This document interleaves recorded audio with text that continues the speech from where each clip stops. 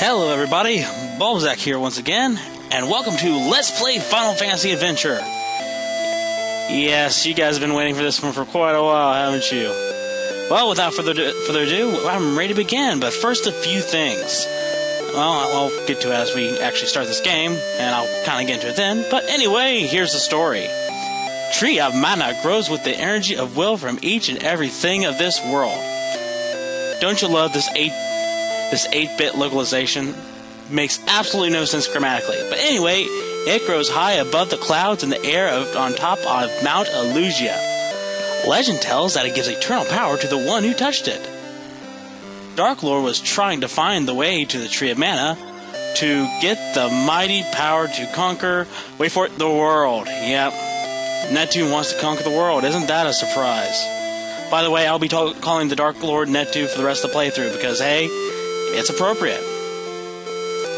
So anyway, it is time to name our characters. So... oh yeah, boy is not the standard name. So how about... oh, A. Okay. How about, since it's only 4 characters long, we put in Bulb. Yep. And for the girl, let's keep it the plant puns. And call her Leaf. Yep. So anyway, we are going to start off with the boss battle. And I'm going to try not to get myself killed here. No promises. So anyway, this is how the game begins. I'm going to try to avoid being killed before getting to a nice place where I can talk a little bit about this game and the origins of this game, kind of what to expect from it, and boss down.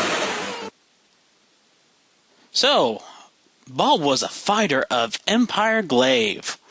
Yeah, I couldn't tell, could you? And we are forced to fight every day, blah-de-blah-de-blah-de-blah, for the entertainment of Netoow, and many fighters have fallen from their wounds. And here we meet our friend Willie. And we find out the mana is in danger. So we know absolutely nothing about this guy, and yet we're supposed to feel sorry for him. But hey, like I said, this is for a Game Boy game. This is a true 8-bit game. They give you very little plot substance, even though they try. And localization, let's just admit it sucks.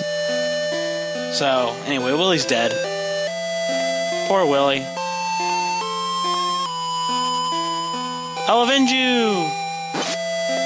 I'll stab your corpse a few times.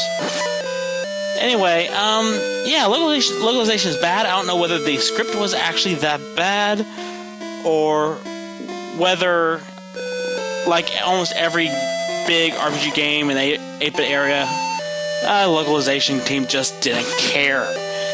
But anyway, other than that, the rest of the game is kind of pretty solid. You just have to try not to laugh at the story sometimes. Anyway, as I was about to say, this is Final Fantasy Adventure. Actually, even though it has Final Fantasy in the title, it is not a true Final Fantasy game.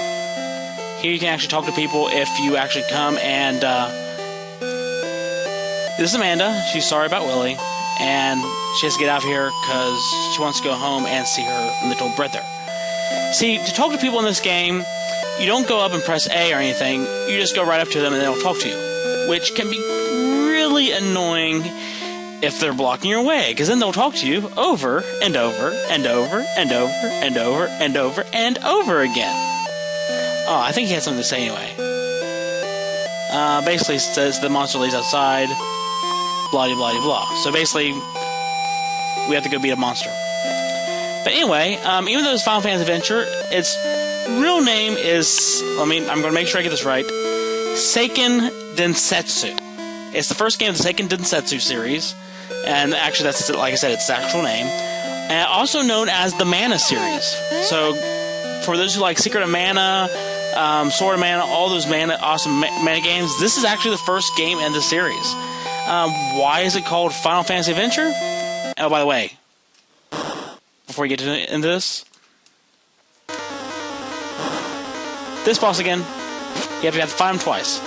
But the reason it's called Final Fantasy Adventure is this came out shortly after the first Final Fantasy games, and Square, of course, if anybody believes the legend, Final Fantasy kind of saved Squaresoft. So Square, of course, stamped the Final Fantasy name on pretty much everything it developed. Ouch.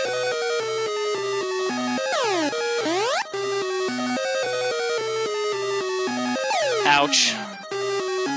So it put its name on everything it developed. Don't want to go back in there.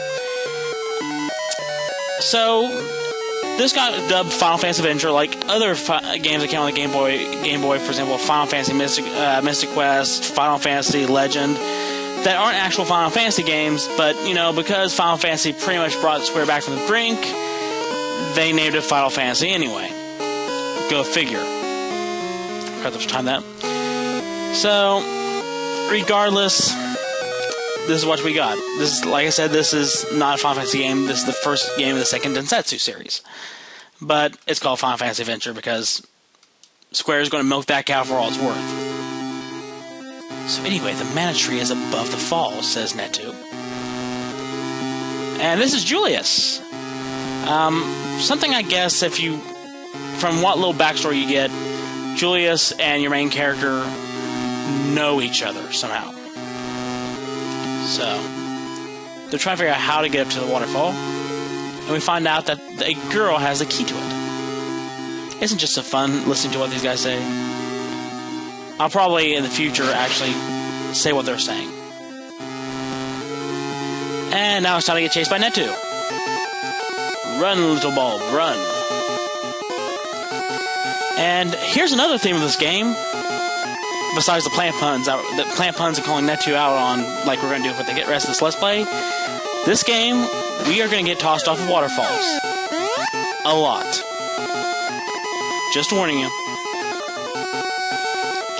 And we'll fall. I promise, things are going to get more interesting as we go along. So, where am I? And where is this? So now we can actually start the game proper. So, because of that, I'm going to go over options. You press... Let me make sure I always get this confused. You press start. You actually have 4 options. You have item, which we have absolutely nothing here. You have, I think, what, 16 item spaces? Possibly? Something like that. You only hold so many items. We won't have to worry about that for right now. Magic, again, we don't have to worry about that. Equip, all we have equipped right now is bronze armor, bronze helmet, bronze armor, bronze shield, and a broadsword. We'll be getting better equipment later on. And then the apps function, which I'll go over later. You press select, you have map, which will show you this nice square area of the map. Can't do much with it. It's kind of useless except for in dungeons, and even then, you're probably not going to use it. Status is going to be important. Here we get all our stats. For example, my level, my current experience coupled with what I'm going for, my current HP and total HP, my MP, which is my magic power, which again is absolutely worthless right now, my attack power, my defense power, and then you have 4 little stats over here. You have, besides gold, you have stamina, which equates into your health. You have power, which equates to how high or how hard you can hit stuff. Your wisdom actually has to do with, by the way, stamina also has to do with defense. Your wisdom has to do with your magic power, so how potent your magic attacks are, increases your MP, accuracy, all that. And will, if you look at this bar at the bottom of the screen, that's our will gauge. If you let it fill all the way up, when you swing your sword attack will be more powerful, and you'll get, if it's filled up all the way, you get a really cool attack. When we level up, we get to choose where we want to put the most stats in, and everything's going to level up as well. But you know, one of these 4 is going to go up more than the other, and you get to choose. So you can kind of mess with your character a little bit. I'm probably going to be making it a little bit even and keeping everything a little bit even, and we'll go from there. Maybe if you guys want me to do something else, I might do it. So, you also have a save option, which this early in the game, I'm going to put right here, this early in the game is going to be very, very important. Reason why is a lot of things can kill you this early, because we don't have any healing items, we don't have much to do healing-wise. So here is my rules for what I'm going to do save-wise. I've saved right here. After something majorly important-ish happens, I'm going to save. Well, not that often. Normally I will save like right before boss fights. Whenever I level up, I will save immediately after. Other than that, I'm on my own. So, let's get started. So this is an action RPG. It looks to be very similar to Zelda, because I guess it probably took some inspiration from that. But unlike Zelda, you actually level up. So I'm going to attack some monsters. I'm going to work my way to where I need to go, and we will see what happens. I think I need to go south, if I can remember correctly. Now, if I wasn't not paying attention to making fun of the game, they would have told us that we need to talk to Bogard, who lives at the top of a waterfall. Am I going the right way? I hope I'm going the right way. And this is a treasure chest. Eventually, sometimes enemies will drop items like candy, which can heal you a little bit. I'll probably use that before too long. Candy is a healing item. It is the weakest healing item. And hey, here's my first level up. Every single time you level up, your HP and your MP will recover. So that's a good thing. So there you go. Like I said, you can select your growth type between power, wisdom, stamina, and will. I've already explained what those do. This early in the game... By the way, my first choice will probably affect how things go. I'm going to increase my stamina, that way I can last longer and have higher HP. So, great thing about leveling up, and I would save after I leveled up, great thing about leveling up is your HP or MP refill all the way. So help, and then she spells help for us, as if we didn't know how to spell. So anyway, we need to help her and kill these creatures. Don't know what they are, they're just big, giant mushrooms. Probably escaped from the Mushroom Kingdom or something. So what do you want? Hassem's got a serious wound. Hi, Hassem. So, take this girl to Wendell and see Bogard, who, by the way, remember, is on the top of the on the top of the waterfall. Hassem, and then she spells his name. What is it with her having to spell everything? Did she just get off of Sesame Street? Hassem, do you know how to spell Hassem? Spell it with me. H-A-S... Oh, never mind, he's dead. So I'm looking for that Bogard too. Why don't you come with me? Oh, can I? Seriously, the localization is laughable, so remember, I'm not playing it too much for the story, but just because it's just a fun game. So I am Bulb, and call me Leaf. Yay! We're 2 peas in a pod. How many more plant jokes can I make? Anyway, this is a good time as any to show off what the Ask ability does. Whenever you get a partner in crime, each of them has a different ability if you use Ask. If you press Ask for her, she will treat your wound. What this means is she will gradually heal you for a certain amount of time.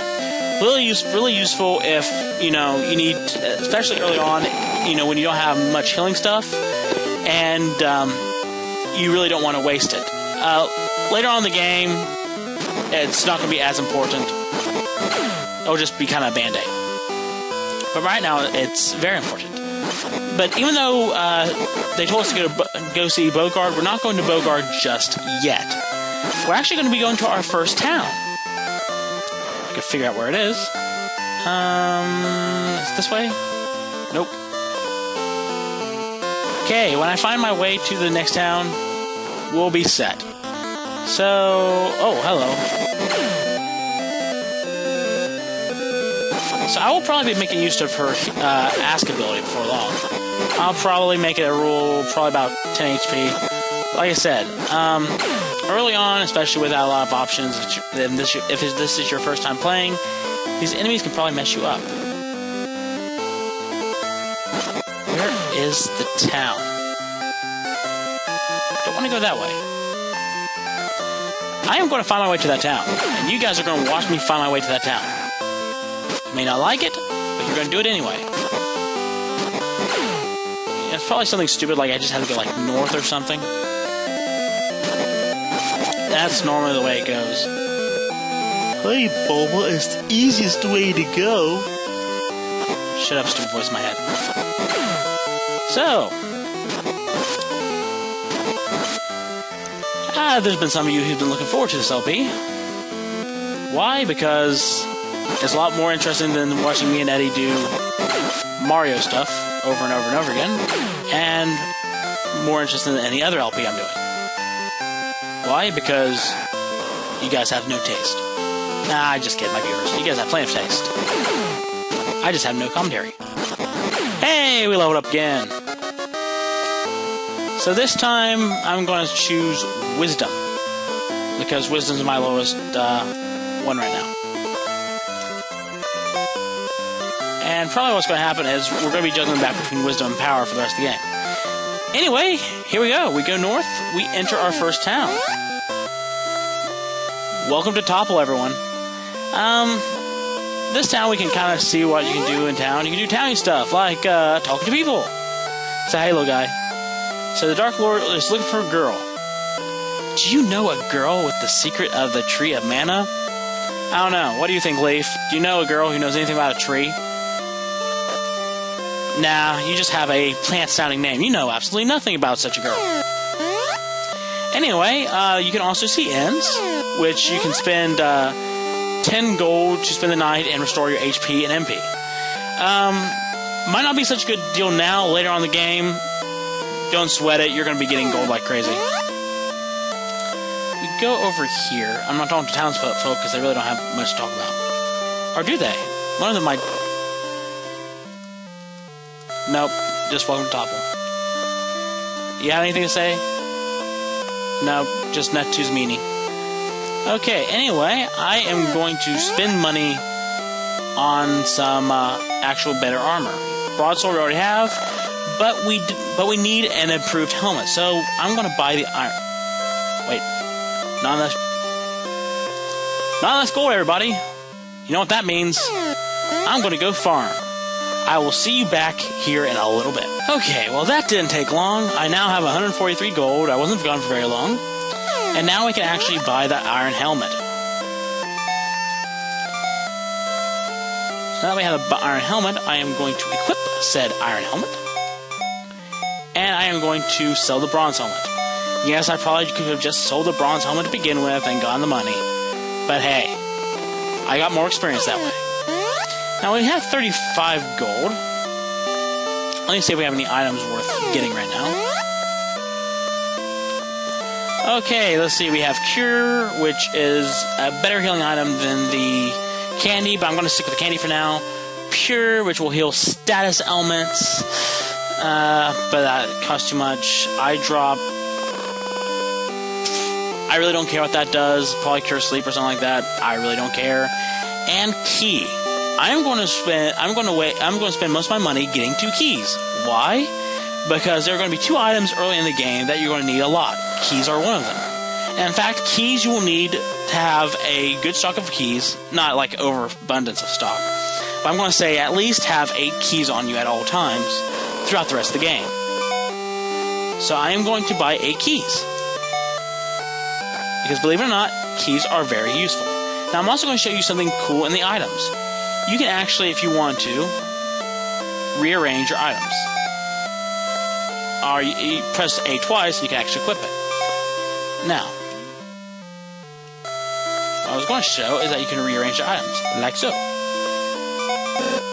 Okay? So you can rearrange your items. I'll be doing that later on when my item inventory starts to get full, just to keep things in order. But I don't believe there's anything else left to do here in Topple. Is there? What does this guy say? So Tree Mana is watching us from above the clouds. It's protecting us from evil things. That's right, keep on thinking that. It's not like there's some evil thing out to just destroy the Tree of Mana. No, that'd be silly. So anyway, we've been told that Bogard lives above the waterfall, so how about we go find him?